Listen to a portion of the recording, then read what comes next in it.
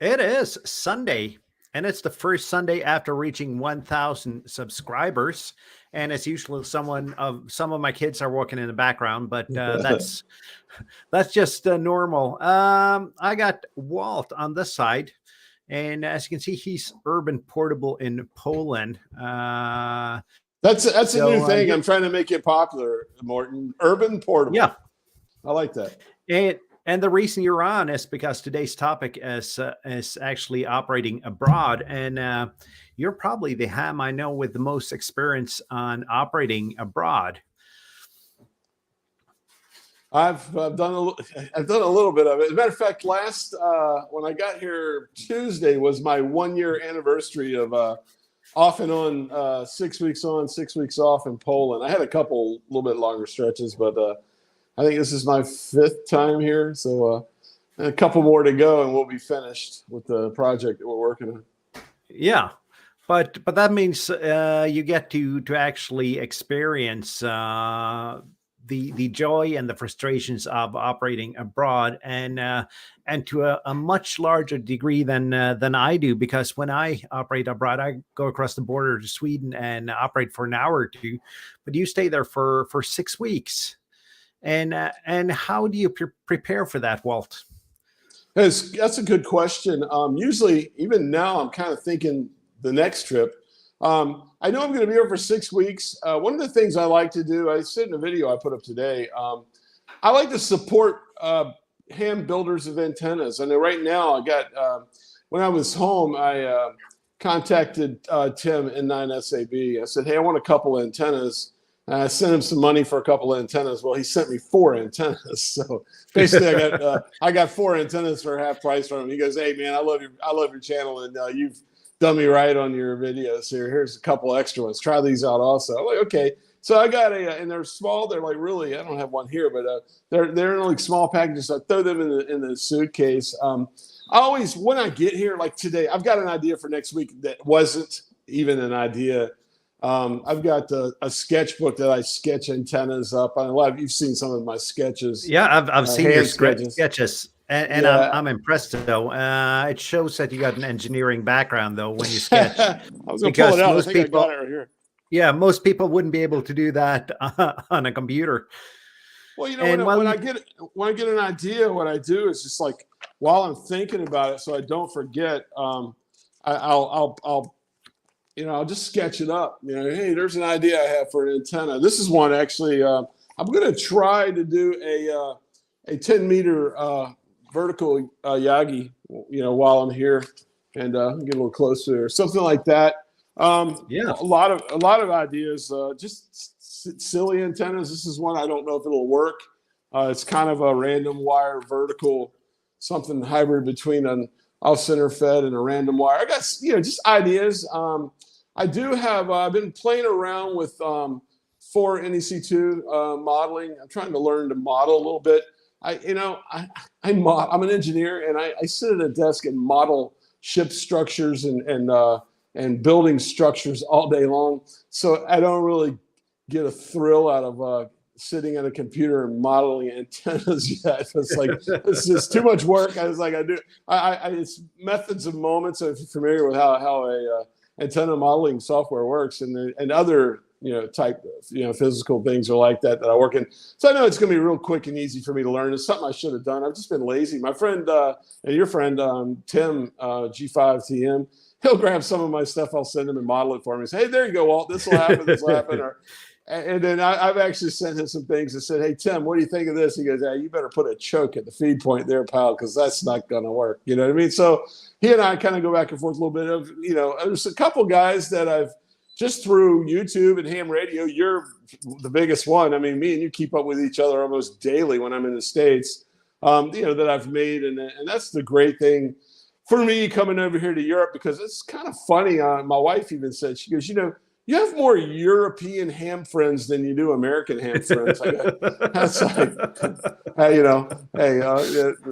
it is what it is. I mean, we were just, matter of fact, before the show, my wife and I were talking about it, and she sees me and you on on Facebook and things like that together. And she's like, "Oh, that's so awesome," So yeah, it is what it is. I mean, so I don't know how many Americans are on here watching right now, but they're probably going to kick me out of the America Club. You know what I mean? but still, that's the magic of the internet, though, which Hams didn't have earlier. It's being able to connect with people around the world and share their experiences, and to me, that's big part of the hobby, and it's the reason why I do this YouTube stuff. It's especially because the ham YouTube community is so great with so many great people, and there's no competition. It's just supporting each other and helping each other out, and that's a big aspect. It seems that way. It seems that way. And once again, I'll go back to the America versus Europe thing. I've got some good friends, American hams on YouTube friends as well, but it just seems to be there's kind of a little bit of a clique in the States. You know what I mean? The top guys that are a clique, and they all go together, and I love them. I mean, I've even Patreon some of them. I mean, they're cool, but it just seems like when I got my channel started, the guys that acknowledged me and contacted me, commented on my stuff, were guys like Tim and for that matter, Callum McCormick. I'm friends with Callum on Facebook, and we converse. I mean, to me, he's. I mean, his channel, the numbers don't show it because he went through a little bit. I think it was a little over, not quite a year ago, where his channel got taken down and he had to rebuild it. But to me, he's one of the biggest YouTubers. I mean, in the States we have guys, like Josh and Jason and those guys, and they subscribe to my channel as well. I don't converse with them. I don't have a lot of a relationship with those guys. Mike K8MRD and I do have, me and him are pretty tight, but other than that, there's just not a lot. There are a few, but guys like Mike and a few others that I just don't have a lot of back and forth with a few, but not like I do with my European friends. I mean, like you, Tim, Chris, Digital Analog, him, all those guys. We almost talk daily, you know what I mean? And it's kind of like, for some reason, I know exactly what you mean. And maybe it's because I'm an East Coast guy. I don't know. It's somewhat of the opposite. For me, though, I got a lot of American hams that I connect with almost daily, and you're one of those, of course. And then Steve, temporarily offline, Ham Radio Dude, those guys, which has helped me a lot. I'm friends with Steve and Abe, both of those guys, and Jim and those guys, and Chuck. I do. I just, they'll comment, and I'll have we'll converse maybe once every week or two. But like I said, my Euro friends, it's almost daily. Yeah, and that's awesome, and that's the power of the internet. But a little bit back to traveling with radio, I see that LB4FH here, Kjetil, says he loves traveling around with radio. You can always find someone to eyeball with, just driving around and saying, "That's an antenna. Let's stop." Have you ever done that? Well, stopped at someone with a Yagi. Yeah, what's funny too is I put my on all my bags and everything. I got my call sign on it. And when I'm going through the airport, like I was Tuesday, I was in Munich, and this German ham came up to me and just started talking. And hey, I told him I was a YouTuber. He goes, "Oh yeah," and he subscribed to the channel and things like that. So yeah, I mean that is true.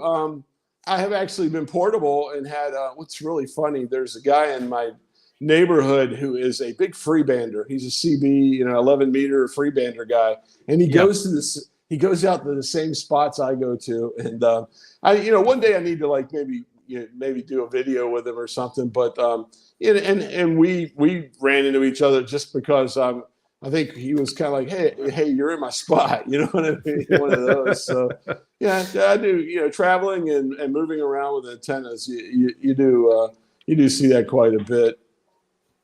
Yeah, and even among people that aren't hams, though, you meet those people that are questioning what does the call sign mean, and when out operating portable, you get those guys coming over to you and make kind of the jokes you've heard 1,000 times before, but it gives you an opportunity to talk about the hobby and promote the hobby a little bit, though.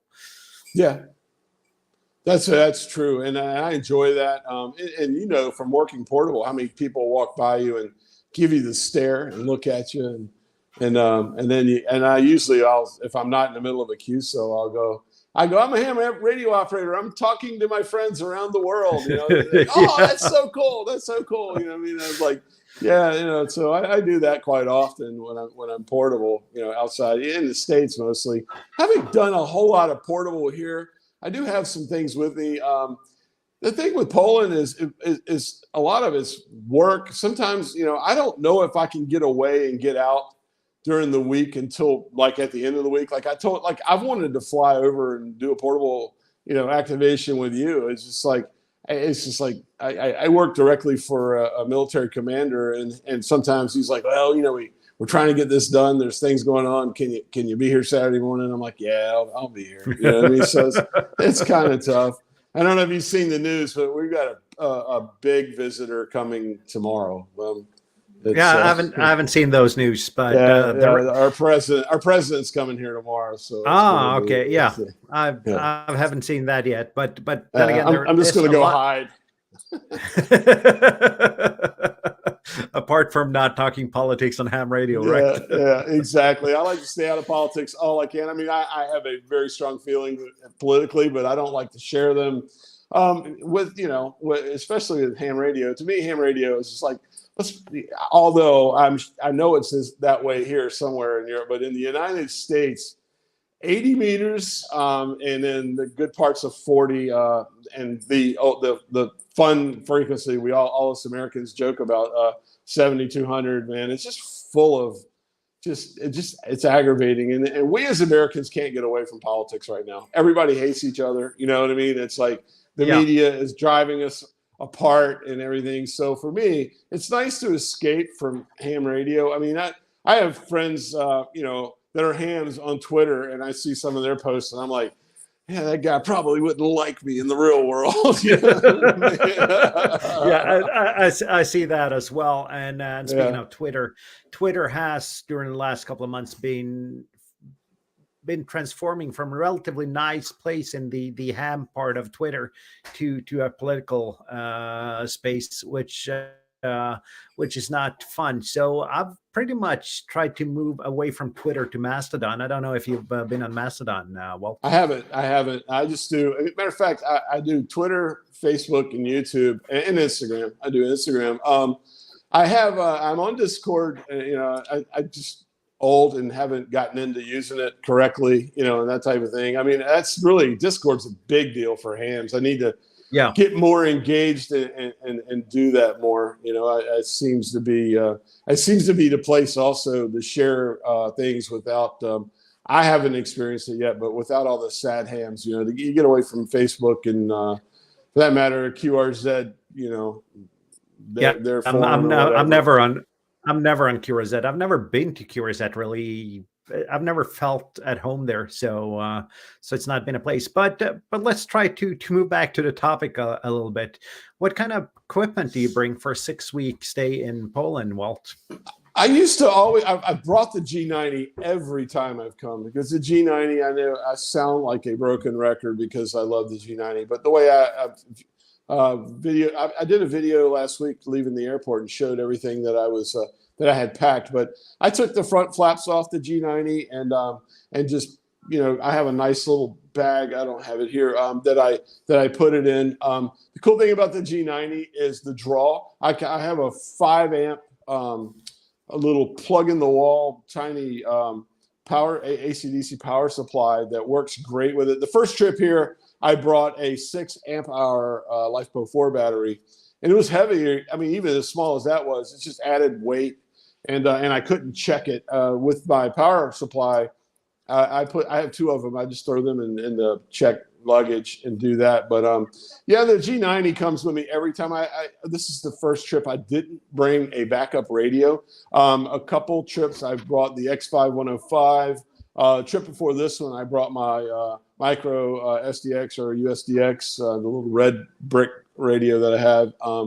I'm in the back of my mind, I'm thinking like a, you know, almost like a prepper or whatever. I'm trying to make sure, like, if something ever happens to this G90 what would I do? I'd be stuck here for 4, 5, 6 weeks with no way to operate. I'd have to find some way here in Poland to buy a rig quick.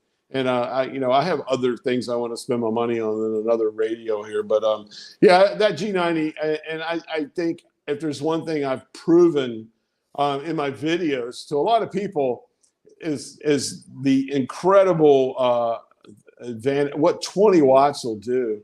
When I first started, like a few years back when I first started, I used to get aggravated when people would talk about what QRP is, whatever, and I'd be like, 20 watts is low power. That should be considered QRP. Now that I've used it and basically talked around the world, 20 watts is booming, man. I've talked long path to Australia from here in Poland with 20 watts, and I've also, and you can see I found one thing with that Zygo with the 20 watts and traveling with 20 watts is that if I can hear somebody, they can pretty much hear me. You know what I mean? It's I might not be the strongest signal out there, but I'm getting out. Yeah, exactly. You'll get through though, because and I did the math on this a couple of weeks ago because I got one of those 50-watt amplifiers used with my X6100, and the difference between 10 and 50 watts is about 7 dB or a little bit more than an S unit. And the difference between 20 and 100 watts is exactly the same, which means that you should usually get through on 20 watts where you'd get through with 50 watts. And the last couple of activations I've done, I've just used 10 watts on the X6100s. And yesterday I made the east coast of Canada and the Azores on 10 watts in a valley. So you don't really need a lot of power, and especially now when the sun cycle is on the way up. Yeah, so, and I talked to from my home QTH with that. I got just a horrible antenna. That's all I can have at the home QTH. One of the coolest things that ever happened to me is when I first got my True USDX, that little thing. Before I was going to go portable with it and experiment with it the day I got it, and the morning I got up, I wanted to do all the settings and check it and everything. Plugged it in, and I heard a VK2 in Brisbane. Talking to another guy, and then when he called QRZ, I'm like, all right, 5 watts. I don't know if this will work, but I had the little True USDX in my hand. And I went Kilo 4 Oscar Golf Oscar and let off the button. I let off the button, and I heard Kilo 4 Oscar Golf Oscar, and I was like, oh wow, it worked. 5 watts to Australia from the east coast of the United States. So conditions, that's the magic of radio, especially portable or when traveling is you never know. It's like fishing, man. You just throw a line out there and see what's going to bite, and that's really why I enjoy while I'm traveling and playing radio, because it's just such a fun hobby.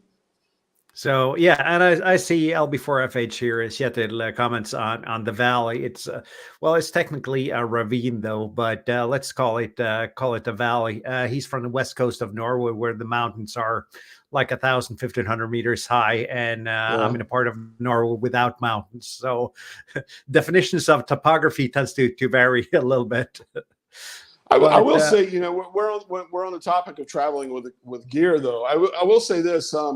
If you're a European and you're thinking about coming to the States, or if you're anywhere in the world, if you're an American thinking about coming to Europe or going anywhere else, really, and you started this earlier when you said it, but really plan things out. I have made some mistakes. I know the first trip I was here, I had plans, I had wires, I had ununs, I had everything I was going to use. And the thing I forgot was I had a BNC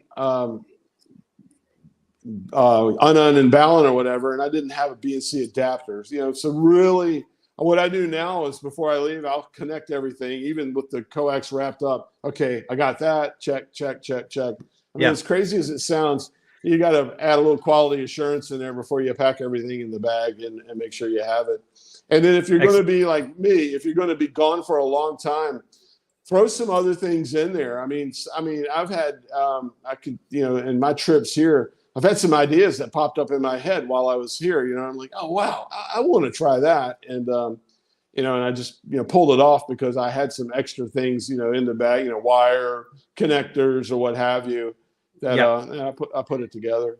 And you're back to the thing though, as one is none, two is one, and always bring Right. three of everything. Right. I just got these today because I was one adapter short, and now I got three, so I'm This ready trip, for losing the two others. if I need a backup on this trip, here's the backup. I'll show it to you. I've got the reason I didn't bring a backup SSB transceiver is I've got the Prepcom DMX40. This is this is the CW decoder and keyboard CW radio. So I'm learning CW right now. So if something should happen to the G90, the rest of the trip is going to be a 3-watt CW trip. I want to learn how to, while I'm learning to copy and send with this, at least I can learn the structure of a QSO. You know what I mean? I'm watching them. I can watch it, see how it works. I mean, there's so many abbreviations that I need to learn, BT, but whatever, all these little SK. It's almost like learning a new language as far as I've understood. And I'm not there yet. I got my key on my desk here right beside me, but still haven't made a CWQ. So got a couple of questions here from the viewers here, though. LB4 FH says, and to all of the guys here, please do subscribe to his channel. He does portable radio on his channel, so it shows what you can do with limited power and limited equipment. But he asked if you're planning to do any other visiting any other European countries while you're here, Walt. I want to. I have plans. I have about 3 places that I really want to pull off. I'll be here until the 1st of April. I come back mid-May, and we'll be here until the beginning of July. And that's really, that next trip is the one I'm going to somehow or another. I mean, there's a big American holiday weekend in there that I know I can get away from here. That would be our Memorial Day, the last weekend in May. I want to come up there. I want to go to Norway and find a nice hotel by the sea close to you, and then you come and visit, and we go out on the beach and operate. Another thing I've wanted to do for a long, long time, this is even before I made this trip, is I'm a big fan of shortwave radio and medium wave radio. And over in Essex in the UK, on the shore there, is it's called the Ross Revenge. It's the Radio Caroline ship.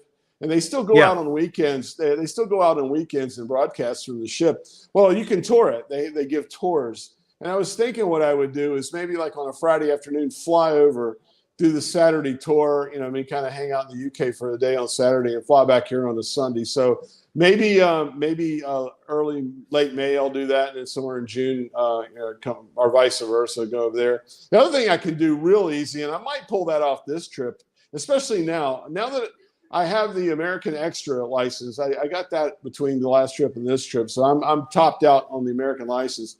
Fortunately, where you're at too, and here in Poland, I can operate. I could have with my old General, which is kind of like an intermediate license that I used to have. Germany's a different story. You got to have an extra. Well, you don't have to, but over there, I think you can only use. It's like our tech class. You can only use like 10 meters and maybe 15 or whatever. Now I have full privileges in Germany, and it's a 3-hour drive. I might just get up one Sunday morning and drive up to the German coast, like 3.5 hours from here, and just go somewhere and operate, just so I can say I was DL stroke K4OGO and I operated in Germany. Yeah, that's I do. Yeah. So to answer that question, yeah, I do have other places here in Europe that I definitely want to operate from. Yeah, and as I've said before, you're always welcome to Norway, and we'll do an activation together, Walt. I got another question here from LabCat. He says that one S-step is 6 dB, is 4 times the power, so 25 watts versus 100 watts is 1 S unit. And I think you got it right. I'm really afraid to do math on stream, though, but that sounds right to me. The math and the electronic parts of the curriculum was the hardest part for me to do on radio. And LabCat also asks, what's a good time to catch you on the air while you're in Europe? And I think LabCat's in Germany. Evenings, or I usually, what I usually do, I mean, and you European guys don't take this wrong. I'm not a fan of 40 meters over here because from where I'm sitting, it's crowded, and I guess that's because I'm an American and we get all the way up to 14,300. And when I get on 40 here, my issue is this. I mean, I don't speak German, and I hear a lot of German being so close to Germany, which is cool. I mean, maybe, I could probably still come at them. I don't want to be that guy. I mean, the ugly American that forces people to speak English. And then on the other side of that, I'm hearing nothing but Russian. So 40 is kind of like, it's a little frustrating for me on 40 meters at times. What I usually do, the answer to the question is on what time, I usually get here about 4:30 Central Europe time, so about 3:30 in the afternoon GMT, and get on for an hour or so, hour or two. I don't stay on a whole lot. My big times, and I do that almost every day. My big times on the radio though is I get up. For me, like this weekend, a normal schedule, especially if like right now I got a multi-band antenna out there. I'll get up, crack it on. I'll check them off as soon as 20's open here on a Saturday morning. Like everybody else in Europe, I'm trying to go long path to VK and ZL, and I've done it a couple times. I haven't done it a lot, but at least I sit here and try. And as the day lingers on, I kind of go, up to and just follow it up.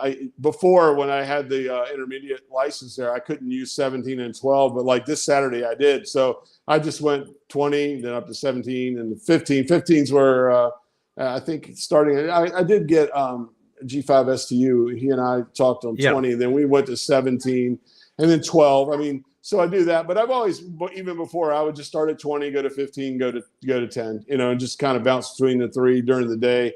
Until now, I mean, now 10 is open. The first three trips or so when I was here, I made hardly any 10-meter contacts because it was just like never open. I mean, I kind of, it's frustrating, and I know you guys, as far north as you are now, with 10 that's open as this, it's got to be wonderful because 10 is fantastic. Now I just I got my beam pointed about 330 degrees straight towards the East Coast now, and turn on 10 meters if I'm off in the afternoon, and just get all the American stations. So 10 is fantastic at the moment. Yeah, it is. It's wonderful. Even here now, I mean, I couldn't believe how long it stayed open. It's almost as good as it is for me in the States now. In the States, man, right now, 10 meters, I can almost key the mic and hear the echo of my voice going around the world. I mean, it's just, I mean, that's an exaggeration, but you know what I mean? 10 is just on fire. I know exactly what you mean. Yeah. And so, to get back there, I know that question, I didn't mean any offense to my German friend there. I wish, I want to make contact with him. And I just, like I said, that's why at nighttime, I'm really not on a whole lot, but hey, I'm the same though. 40 in Europe at nighttime is extremely crowded. It is extremely crowded. It's the Russian stations or the Eastern European stations on the bottom half of the band, and then it's UK and Germany, and there's no space to fit yourself in between though.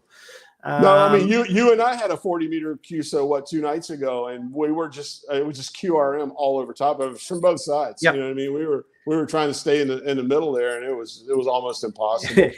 Yeah, even though you were 5'9" plus, I had a hard time hearing you through the QRM though. Right. So, but I didn't actually find a free spot on 40 when we discussed this on Facebook, and you magically found a spot, and at least we made a QSO. Only for FH comments, watch out for the Ordnungsdienst people in Germany. They're like American park rangers, mean folks that don't like radio. Okay, I'll definitely look for. You know what I want to do? Talking about not speaking German or anything, but I know where you're at, and I want to go to that part of Norway. So you and I could make a quick run across the border there because jag Amerikan, men jag förstår lite svenska. So I did want to go over there and hit Sweden a little bit there. Yeah, and I mean Sweden's just about 2 kilometers or a little bit more than a mile away in a straight line from my QTH. It's a longer if you actually want to cross the border, because there's a fjord, a body of salt water in between us, but about 20-minute drive, and I'm in Sweden. I see Mike M2MAK comments that he's just stopping to say hello. He said it out for some Poda, and enjoy your Poda. I had a great time doing Poda today as well. I brought a Rybakov today. And I know that's one of your favorite antennas there, Walt. Oh yeah, definitely. I mean, so one of my friends told me I should change my name to Vladimir Rybakov because I like Scouts. and I've actually been really skeptical to Rybakov, because the antenna I used was the M0 CVO Magitana, which is marketed as a do-it-all antenna. And I bought that at the bottom of the solar cycle. It was my first HF antenna, and couldn't make any QSOs on it. So it's been sitting in my basement, and I took it out today, strung it up on a DX Commander pole, and made 30 QSOs in about 45 minutes. So that was really good. Mike has been making that Rybakov sing, man. I watch his. I love his videos, and he's such good production in his videos, and yeah, it was kind of cool to watch him take that. And I greatly love the mentions. I try to do that too whenever someone is. I kind of got an idea from somebody. I mentioned him, and Mike. I had great respect for him for that. That was pretty cool. But it's good to see him. He's over in the frozen, cold tundra part of the States. He's not lucky enough to be down by the beach where I'm at. Yeah, the Midwest is cold at a lot of parts of the year. I know that from firsthand experience. Let's see what other comments we have there. Labcat says thanks. He has to get his YouTubers Meta on air count up, so he'll probably go hunting for you now, Walt. There you go. And LB4FH comments that there's a soda summit right across the Swedish border here, and actually there is, and it's not. Mycket bra. We have to go over there and check it out. It's not too high either. It's 222 meters above sea level, so it's a 25-30 minute walk up there. It's a pretty easy summit, and there's also an awesome Poda location right by the sea. That's I tell you, it's a funny thing. I'm trying to learn enough Polish to get around a little bit better than I do. And the one word that screws me up, the word for yes in Polish is tak. So when I get my money back or whatever, when I get my money back, I go tak, thinking tak, like tak so make it tak, like thank you. And yeah, I know. Because like, I'm like, no, I'm not. It's stop the Nordic. You know what I mean? That word doesn't mean thank you. It means yes. You know what I mean? It's like, I've been working at hotels most of my life, and a lot of the chefs are Polish, so I know pretty much all the bad words in Polish. But couldn't keep up a conversation. But I know when someone's angry. There's two words. All you need to do to get around in Poland now is just got to know dzień dobry, which is hello, good day, or whatever. And dziękuję or dziękuję bardzo, thank you very much. And you get those two around. Everybody will smile at you and go, yeah, Markanski, we got it, yeah. And then they break out their little translator and start talking to you. And the LB4HS Polish only consists of one word, though, and that's the word. I'm not going to mention that on YouTube. No, we have Polish friends watching, I'm sure. Yeah. So, but speaking of dropping names, I'll be dropping your name on my video that I'm dropping on Tuesday on the Rybakov.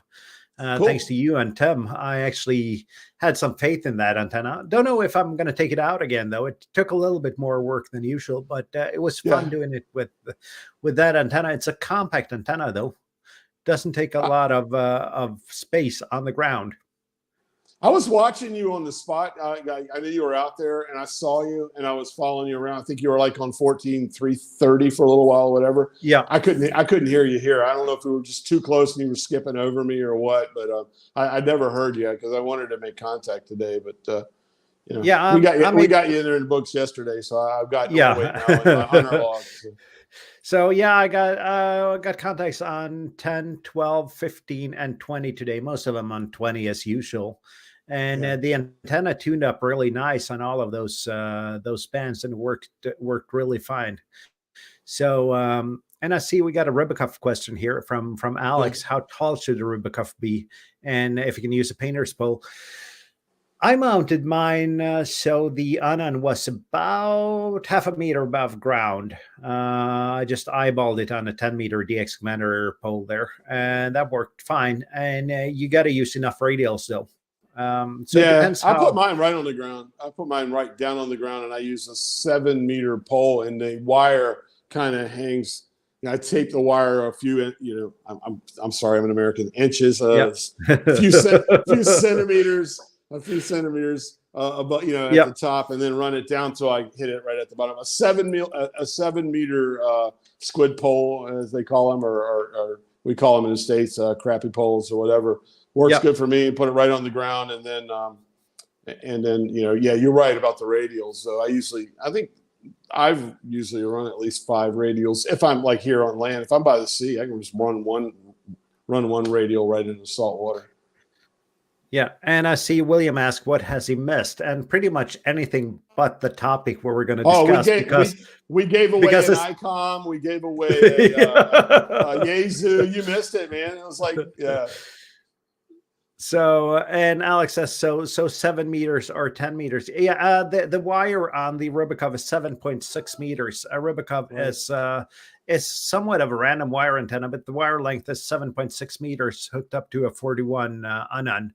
So I hope that answers your question there, Alex. And both Walt over here and Tim G5TM has made a couple of videos on the Rubikov. So watch their videos and my video when it drops on Tuesday. Yeah, Tim's videos deep in the theory. If you really want to see, the radiation pattern, the far field plot, all that stuff. Tim has all that in his video, and it's really really good. It's funny, I was looking for something, and I just one day on the beaten path was Googling random wire vertical antennas, and I ran across the actual. The guy from Italy that is now in Africa or whatever. Yeah, He was like, it was it was like him talking in a group or something. And I started reading it. I'm like, man, I want to try that. I want to do that, And then I started getting into it. And then so I said, okay, someone has had to have done this on YouTube. So I put it in the YouTube search engine, and right away Tim popped up. I go figure. Every time I try to research an antenna, the first thing I see is Tim, G5TM, which is cool. I mean, I say it all the time. I learned a lot from that guy because he's got a lot of in-depth, knowledge that he. And he does the antenna modeling, so makes it look so easy. And actually, on last week's stream, he was my guest, and we modeled the Rubikov both as a sloper and as a vertical. And it turns out it's got to be vertical to work properly. Right. It doesn't work properly as a sloper. And that's my experience as well, because the moment I got it vertically today, it just worked. Yeah, and it's I don't know if I've just been lucky and in the right place at the right time, but it's been an amazing antenna. When I got back to the States, I don't know if you really call it a Rubikov. I mean, I had the 7.6 meter driven element up, but I had a long wire out into the Atlantic Ocean off a pier. And I couldn't believe what was going on there. I talked to Australia with the antenna then. It was pretty cool. So I love it. I love the antenna. I don't want to be tagged the Rubikov guy, although a lot of people are saying that. But I mean, it's a great. I was watching a video today about emergency ops, and if you needed HF, like with what's going on in Turkey and everything, what antenna should you put up or whatever. And I thought to myself, the Rubikov, if you got a 4-to-1 and some wire and a pole or something that's put it straight up, the Rubikov would be a great antenna for emergency too, because you could damn near work every band with it if you got the right antenna tuner, or like here I go again, the G90, you know what I mean, the right radio that can tune it. It's a great antenna. Exactly, and I'm going to do a little bit of experimenting on 91 random wires antennas soon. I've actually had a couple of them up semi-permanently, and they work a lot better than their reputation. So I've done that here. I've done that here in Poland. Matter of fact, the last trip I think I did a couple different 9-to-1 randoms. The longest one I've done, I think about 70 US feet, and here I go again, and screaming See, Freedom Eagle measurements here, but let's see, 50 feet is 15 meters. yeah. So I've done like not So yeah, probably about about 17. Yeah, yeah. and So I did yeah, that. my ideal length, if you kind of find a crossing between long antenna and portability, is actually about 18 meters. Then you get pretty much coverage from 80 to 6. Right.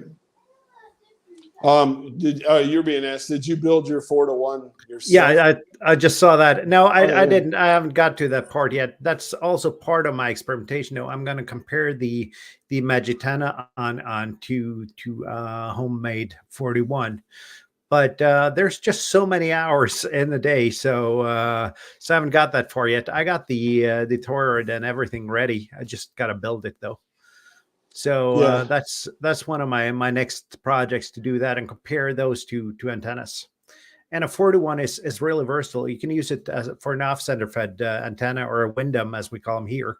Right. And I actually, it's not my primary antenna at the moment, but it's my secondary antenna as a Windom antenna. So they work really well. They're a bit noisy, They're great. but They're they're great. That's just what I so have up right now. I have yeah. an off center fed dipole up right now. It's the second one I've had here, and amazing. It's just a great antenna. It really is. The problem with it though is it struggles on the 17 and 12 meter band, but 40, 20, 15, and 10, it rock and rolls. You know, it really does. Yeah. I can when I'm on 17 and 12 with it, that ATU is for a long time. It's really fighting it to tune it.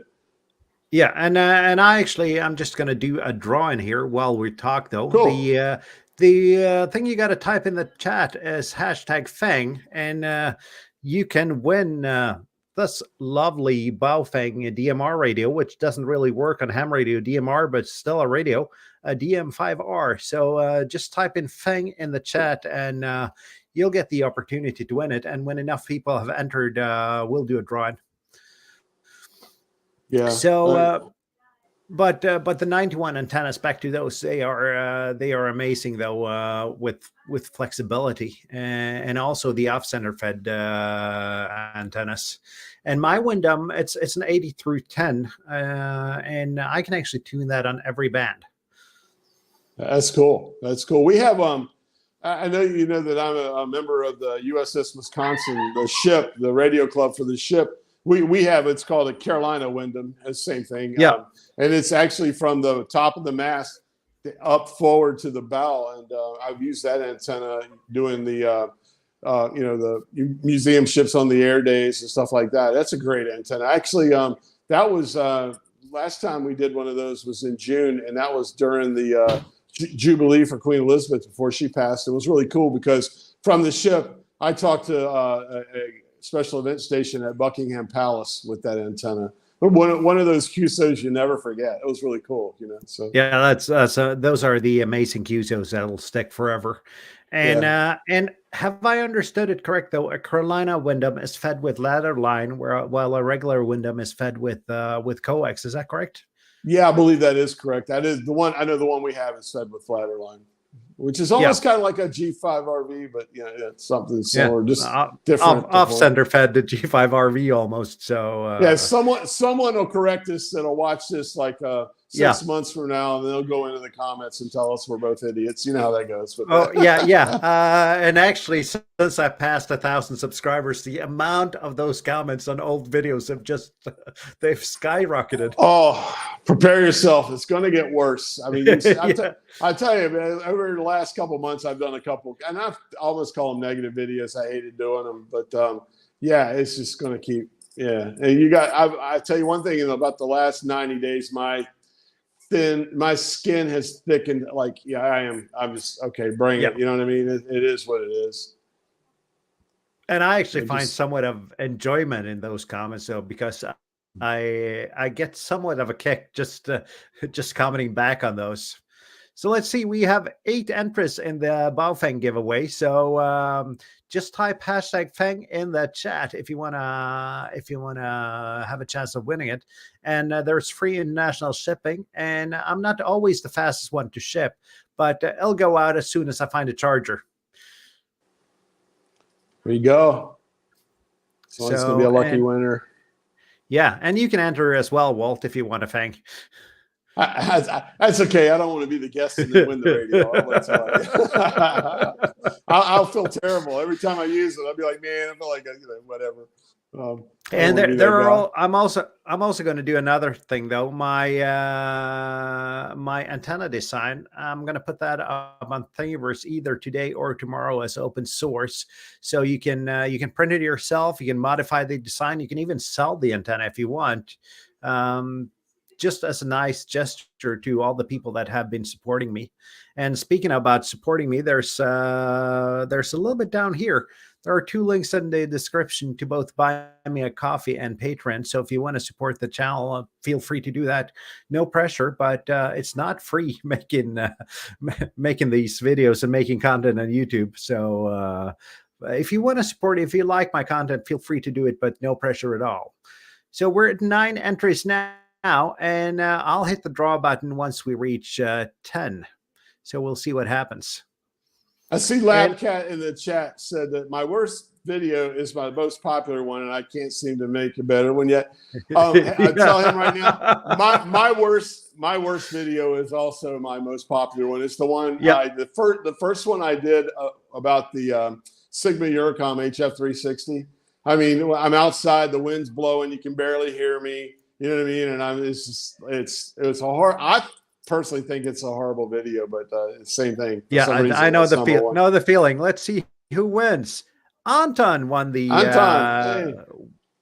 Anton's been a supporter since pretty much my first live stream, so I can't think of any better to win this Baofeng. And I'll try to get it shipped to you a little bit faster than your last price, Anton.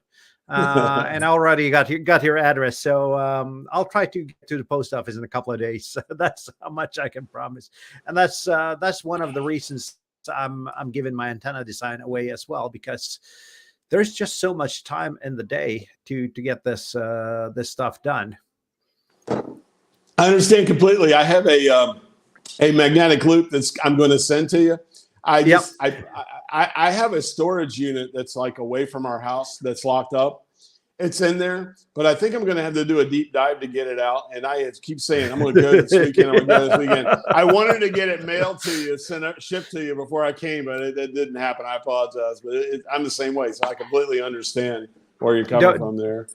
Don't worry about it. And back to the worst video. My most popular video is the first video I made, which is a review of a Leixen 2-meter 70-centimeter mobile radio.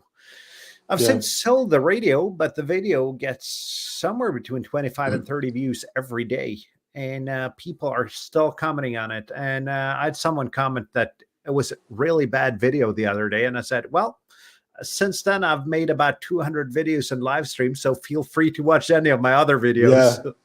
I have one video that I deleted. I mean, it was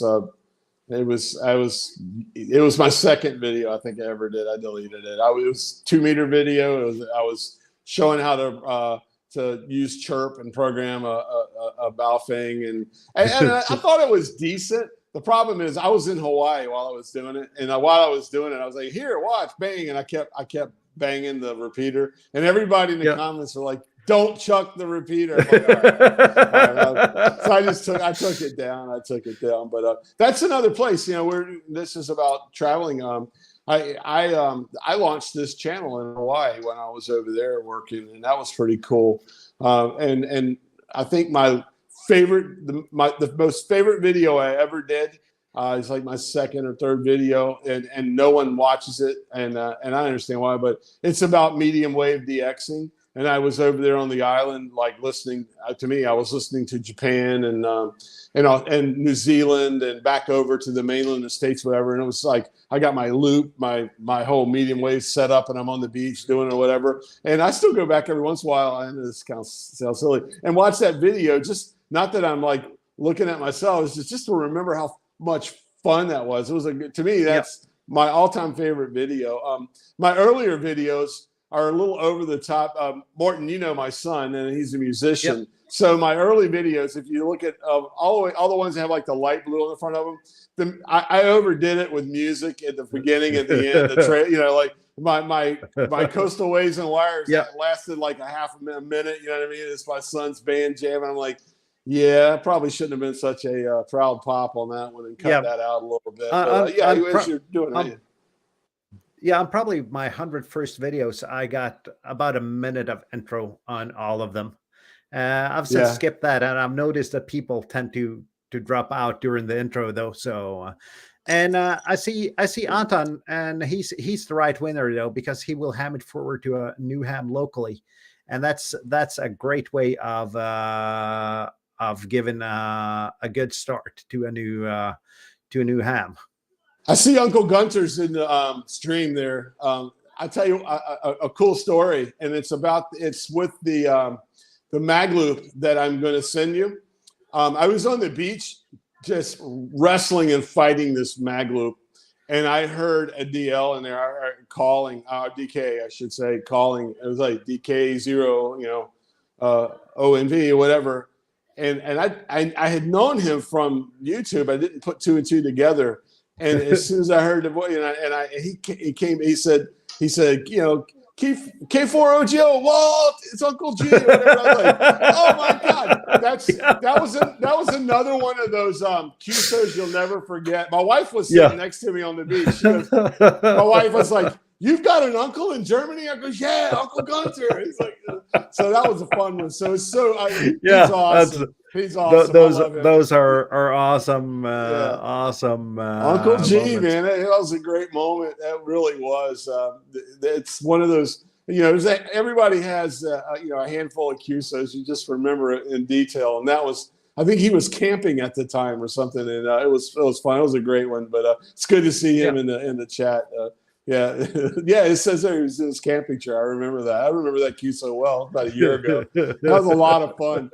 But that was one of the few DX contacts. I was sitting on the beach in Virginia Beach. You know the area, right where the Chesapeake Bay Bridge. I know the area.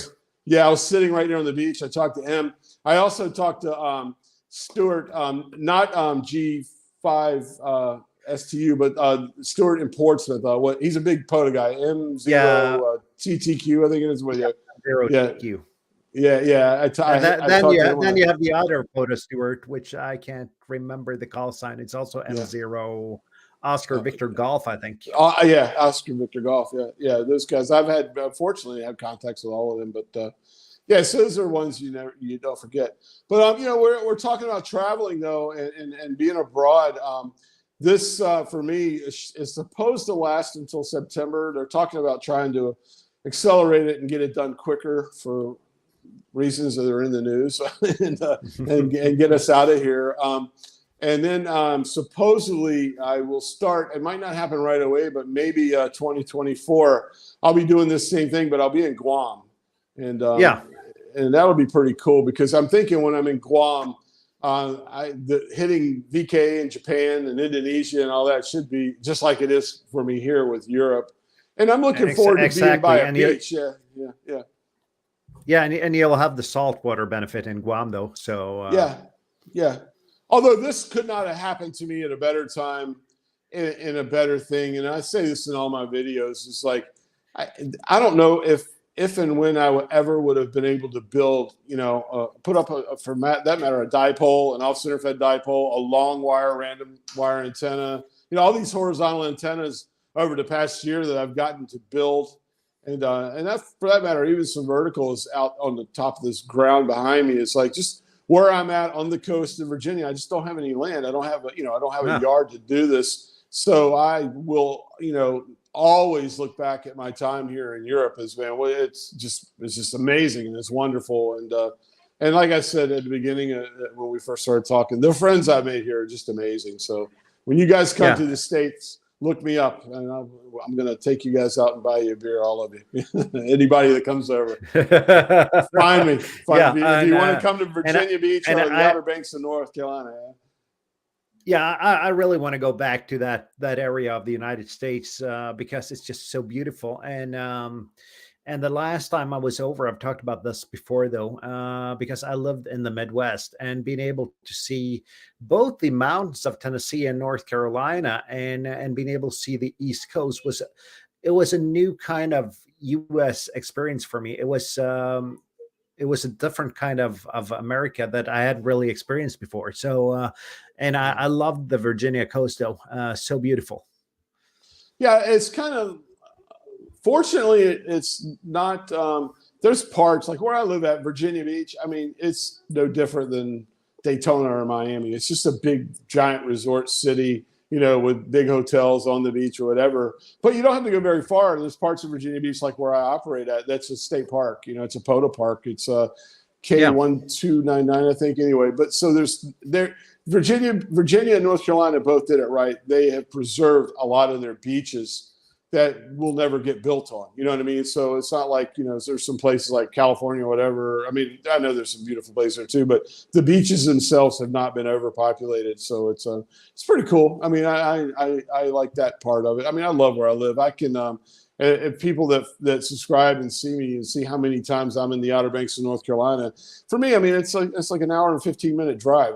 I go down in the morning and spend all day there and just come home. You know what I mean? Sometimes. And this time of year in the off season, no one's down there. That's why my wife and I go down there. I'll just get a hotel room for a night or two and take her out and let her go shopping, and then I just play radio. So it's a great place to operate from. Yeah, and that's also time well spent though doing that. So, Yeah. and I see Labcat says that a few years ago he had a few business trips to South Korea, and today he's kicking himself for not have taken a radio. And I can really understand that. So yeah, that's the place that I've been to. I was in Busan, South Korea, and but it was before I was a ham. But I was a shortwave listener at the time, and I remember listening to. I think I was listening to the Stanley Cup NHL hockey playoffs on shortwave on like American Forces Radio with a shortwave radio while I was there. So I mean, I did enjoy radio there, but I didn't operate. At the time, it was before I was a ham. Yeah, and South Korea is pretty cool. Yeah, and now a lot of those shortwave stations are going away, though, unfortunately. And I have similar experiences from when I lived in Illinois in the '90s, though, where shortwave radio was the link to back home. Yeah, I see Andy Cowley said I'd like to come to Portsmouth from Portsmouth. I know he lives in Portsmouth. I think Andy, I think you'd be amazed at everything's going to look different, but be named the same. Like right across from Portsmouth, we have Gosport. We have High Street. We have everything that the real Portsmouth, I call it, the big Portsmouth has. So yeah, the little town I live in, or I shouldn't say little, the city I live in, Portsmouth, Virginia, we are. It was built to be a carbon copy of Portsmouth, England, and it started off that way, especially the way things are named. Yeah, the only thing that's probably not similar though is if you go from Jersey to New Jersey. That's probably not the same though. Yeah. Yeah, I actually know Gosport is right there. Is like part of Portsmouth and the harbor there in the UK. And one of my favorite pubs there in my hometown is called the Gosport Tavern. Everything is like I said, all the names are very similar. Yeah, yeah, I'd love to go back someday. So and hopefully not too long. But at the moment, the economy is doesn't make it able to cross there. So. But let's see here. Just got to wait for SAE William Northcote has come here. There it showed up in StreamYard. Glad Portsmouth, the USA, does not have the drunks like the UK has. It does. Yeah. I live. It's funny. I get off the path here a little bit, but I live in the area called Old Town Portsmouth, which is the original Portsmouth. So all the homes are really, really old, and they were built in the 17 and 1800s. And but Portsmouth's a big city. It's not just down in Old Town where I live. But we like to call where I live at, we're Old Town Portsmouth. We're a nice part of this area that happens to be surrounded by Portsmouth. So, it's because there's a lot goes on there too. Just like anywhere else in America, we have our crime and everything else. So it is what it is. And I see we're getting close to the 1 hour mark here, Walt. What's going on your channel? You talk a little bit about it, but do you have any exciting videos coming up? I am. I put one out today on the off-center fed dipole. I'm going to try. Hopefully, I can pull it off. I'm going to try to go live some during the middle of the weeks while I'm out here. Maybe I'll get off in the Gray Line area and go live a little bit. I brought some other antennas with me. I brought. I have a real big long G5 RV. I did one on the mini G5 RV. I have a G5 RV that I got from Tim N9SAB. I also have another infed half wave. Every time I've been here, I've always run the infed half wave out the window and down. I'm going to do it the right way this time, from the ground up with a pole. So I got that plan. I got some verticals I want to do. I got a few things, spinning around in my head here. I'll probably change up and make my mind up. But the plan is a different antenna every week. And then I want to, in between, like in the middle of the week, I do some live streams. I know a lot of my friends in the States are like, hey, we're going to be at work while you're doing that. Okay. So I'll try to punch in a weekend stream or two there. I'm honest, to be honest with you. I've only done 2 live streams. I'm kind of getting it's a nervous thing when you're first doing them. You know what I mean? It is. I'm trying to get a little bit better at it. But yeah, I plan on doing that as well. So I'll be here all the way. I fly out on March 31st, so I'll be here through the rest of February and all of March. Yeah, that's good. So, and I think most of the viewers here know your channel and enjoy your videos. If not, it's linked down below in the description. I think if it's not, I'll update it. So if you don't subscribe to Walt's channel, please do that, because you're making great content, Walt. And Thank you. I see Anton's got to go and says 7-3, but we're about to wrap up here, though. Speaking of content coming up, let's see here. That wasn't where I was clicking, but it's a good comment nonetheless. Speaking of what coming up, I'm dropping the Rybakov video on Tuesday. Just finished editing it a couple of hours ago, and planning perhaps another Parks on the Air video. I got a transverter here for 2 meters that I'm going to take a closer look at. That's why I needed all of these adapters to make that work. I've been wanting to try out some 2-meter sideband and digimodes for a while, so hopefully that'll transverter will help out doing that. And next live stream next Sunday, Colin, Mike 0 OPX will be on talking about his antenna designs. So there's some content coming up, and probably a lot more when I just get my ideas filmed, actually. So looking forward to that. I love Colin. Colin's awesome. Can't wait to see Colin's a great guy, and his antenna designs are just amazing. So yeah. Especially does he call them adjusty wave? I think the end-fed antennas that you adjust with a fishing spool there. I think haven't really wrapped my head around how they work properly, but they look amazing. So that's real nice. Looking forward to that. But thanks for being on, Walt. And I think we mentioned pretty much anything except today's topic, but that's the usual way, though. So yeah, that's the way it is when hams start talking. We kind of wander off to different topics. But if you don't subscribe to Walt, please do that. And on that note, I'm just going to say 7-3, and thank you for watching. 73, everybody. 7.